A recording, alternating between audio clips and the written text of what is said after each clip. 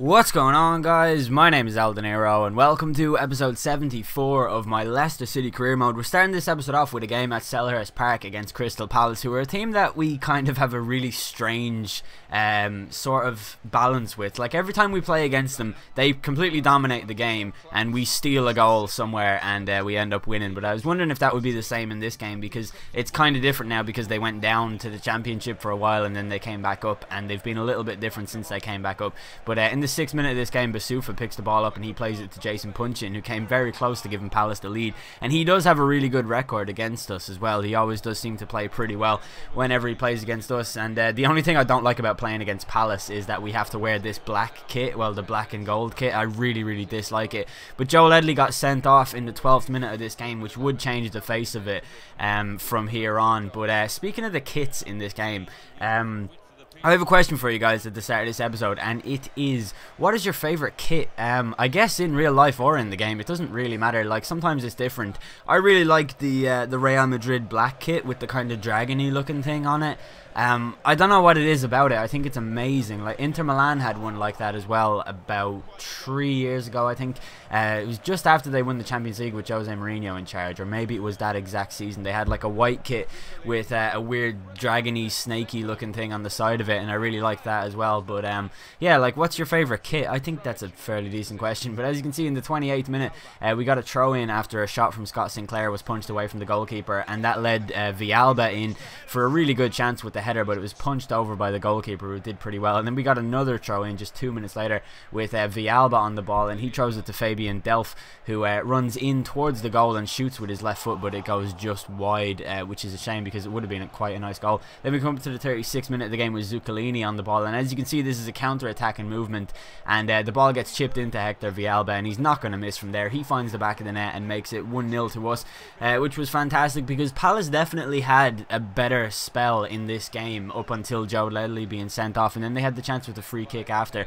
But from that moment onwards, it was pretty much all us, and we got another counter-attack going in the 41st minute with Hector Villalba on the ball. There's a good run ahead of him, but Villalba doesn't really care. He just goes it alone, and he manages to finish to make it his second goal in the space of 5 minutes, and that is his 30th league goal of the season overall, which is incredible. I think it's his 43rd or 44th in total, which is just an absolutely ridiculous, like, mind-bogglingly high number of goals to have scored. But in the 45th minute, we did concede a penalty as Jedinak gets brought down inside the box by Tom Ince, and the replay of this, I think, is really either inconclusive or perfectly, yeah, like, this, what are you supposed to judge from this? Like, you can't really see it exactly well. Like, from that, it looks as though Jedinak kicks Ince in the back of the leg, but Stanchu steps up to take the penalty. His penalty goes to the left-hand side of the goal, and Kasper Schmeichel saves it.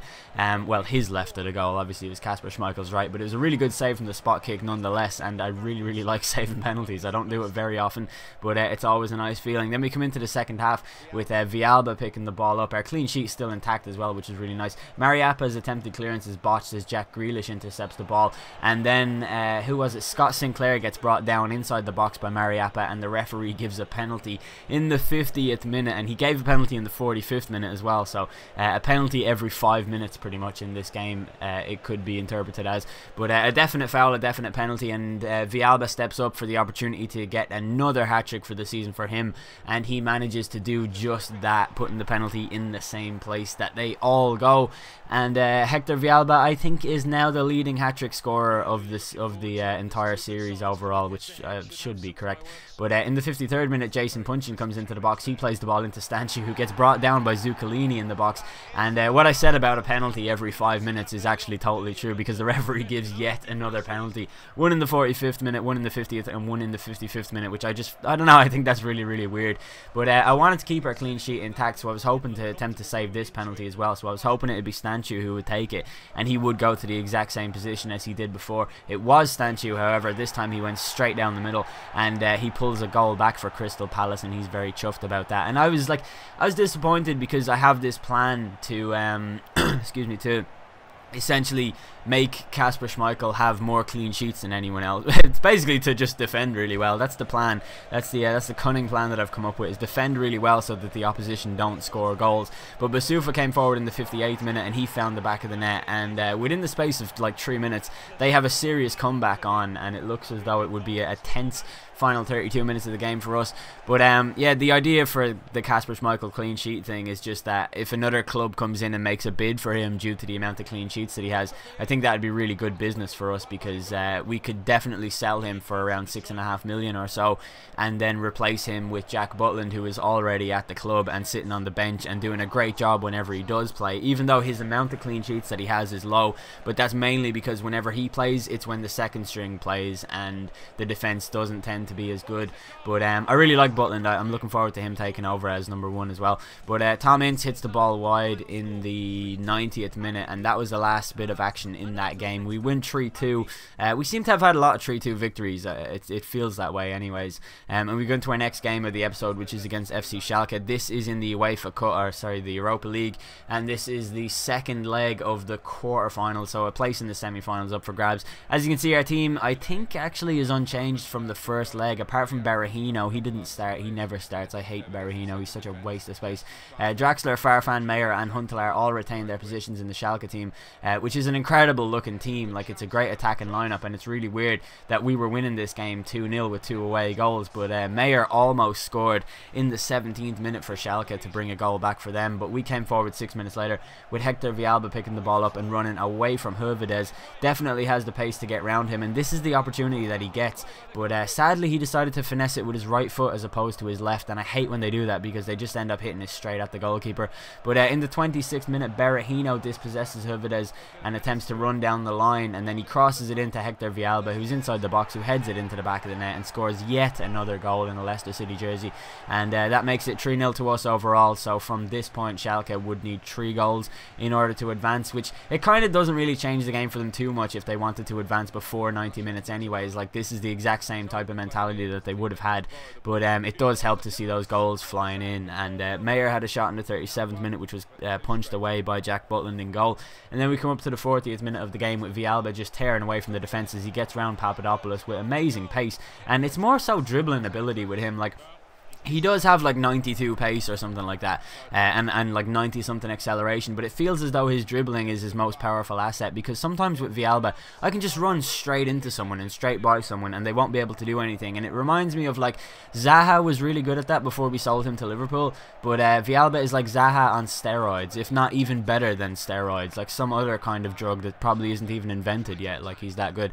We come to the 73rd minute of the game with Huntelaar on the ball. He plays it into Mayer, who's in a very advanced position, and he manages to finish into the near post of Jack Butland's goal, and he pulls the game level on the night, really, making it 1-1. It's an away goal for them, and then they come forward just 4 minutes later with Mayer once again picking the ball up. It was dispossessed by Koyate though, whose attempted clearance went to Baraghi, who just completely lost possession, and the ball comes into Mayer with a very nice back heel from Kevin Prince Boateng, and Schalke go into the lead. And from this moment on, they really just needed another goal here. Mike Leite almost wrapped the game up for us in the 90th minute, but he showed some really poor finishing. That's how the game ended, a 2-1 victory for FC Schalke, but we go through on aggregate, so we are into the semi-finals of the Europa League, where we will take on either Manchester United, Inter Milan or Ajax. I was hoping for Ajax because United and United and Inter playing each other would mean that the two sort of the two titans in that sense would both have to play each other. One of them would get knocked out and we would have a slightly easier route to the final. No disrespect to Ajax, I think they're a great club, but I'd rather play them than any of the other teams in it. So there's that. Our next game is against QPR, who we seem to have mastered playing against QPR, I think, now. There's nothing to worry about anymore. They are a good team, like, they are capable of doing some great things. They have Leroy Fer, who is absolutely amazing every time we play against them. But in the 27th minute of this game, Zuccolini gives us the lead with a rebound shot, and then we come up to the 42nd minute of the game with Hoylett on the ball. His cross finds a Delta Rapt at the far post, who almost caused Kasper Schmeichel a serious problem in his goal, but thankfully the big Danish goalkeeper did manage to punch it away. And then we come into stoppage time at the end of the first half with Dwight Gale picking the ball up and doing a nice fake shot before shooting and hitting the post, and that's so unlucky because I think a finesse shot from there, like with the tap finesse button, probably would have gone in. But in the 54th minute, Adel Tarabt pulled a goal back for QPR. And when I say pulled a goal back, I mean he equalised for them, which sort of turned the game on its head a little bit, because like from being 1-0 up, I was just expecting to be able to dominate possession a little bit more. But just past the hour mark, Andrew Robertson comes tearing down the right hand side of the pitch, or sorry, the left hand side of the pitch, and he gets into the box. His cross finds Villalba, who goes so close to scoring.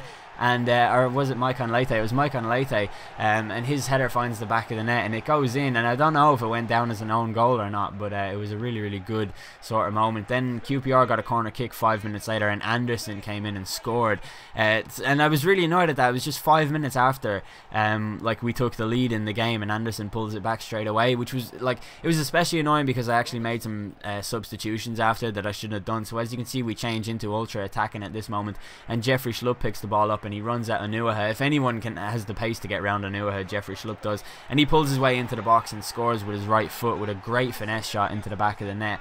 And he shows that even though he may have sort of fallen out of favour in terms of how often he plays for the club, it's really good that we can still rely on him to be the super sub that I always said that he would be, because he is an absolutely awesome player, an impact player to just bring on when you need a goal, even though that's only his second league goal of the season overall. Charlie Austin came close to equalising for QPR in the final 10 minutes of the game, but it wasn't to be for them. We hold on and we get yet another 3-2 victory, which is kind of ridiculous now. We seem to have had an awful lot of those. But that's the end of this episode. Hopefully you guys enjoyed it. If you did, please do leave a like. That would be much appreciated. I've been El Dinero. Thanks for watching.